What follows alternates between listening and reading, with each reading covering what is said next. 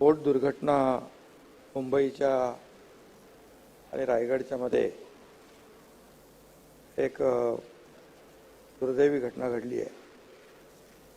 Gateway of India to Elephanta या ठिकाणी बोट जात होती आणि मी स्वतः दोन्ही कलेक्टर आणि तिथे बचाव कार्य करणारे जे मेरीटाईम बोर्डचे अधिकारी, नेव्हीचे अधिकारी, पोलीस अधिकाऱ्यांशी बोललो आणि तिथं आता नौदलच्या 4 बोटी आहेत, JNPTच्या आहेत, कोस्ट गार्डच्या आहेत, येलो गेट पोलीस स्टेशनच्या आहेत, स्थानिक आपले लोक आहेत त्यांच्या बोटी आहेत आणि ही बोट नीलकमल फेरी बोट म्हणून तिचं नाव होतं।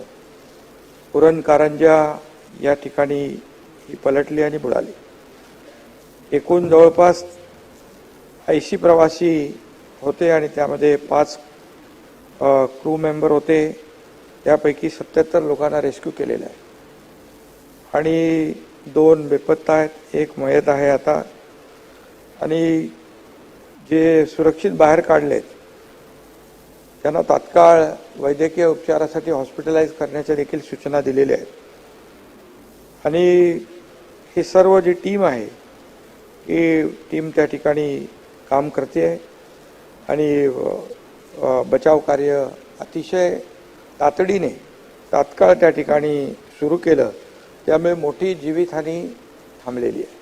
आणि म्हणून मी तिथे जे काम करणारे, बचाव कार्य करणारे जे अधिकारी नेव्हीचे असतील, कोस्ट गार्डचे असतील, येलो गेट पोलीस स्टेशन आहे, मेरीटाईम बोर्ड आहे, स्थानिक बोटी आहेत, BPTचे बिपोर्ट झोनचे लोक देखील आहेत, या सर्वांना धन्यवाद द्यायला पाहिजे, कारण अतिशय मोठ्या प्रमाणावर ही जीवितहानी झाली असती। परंतु तात्काळ सगळ्यांनीच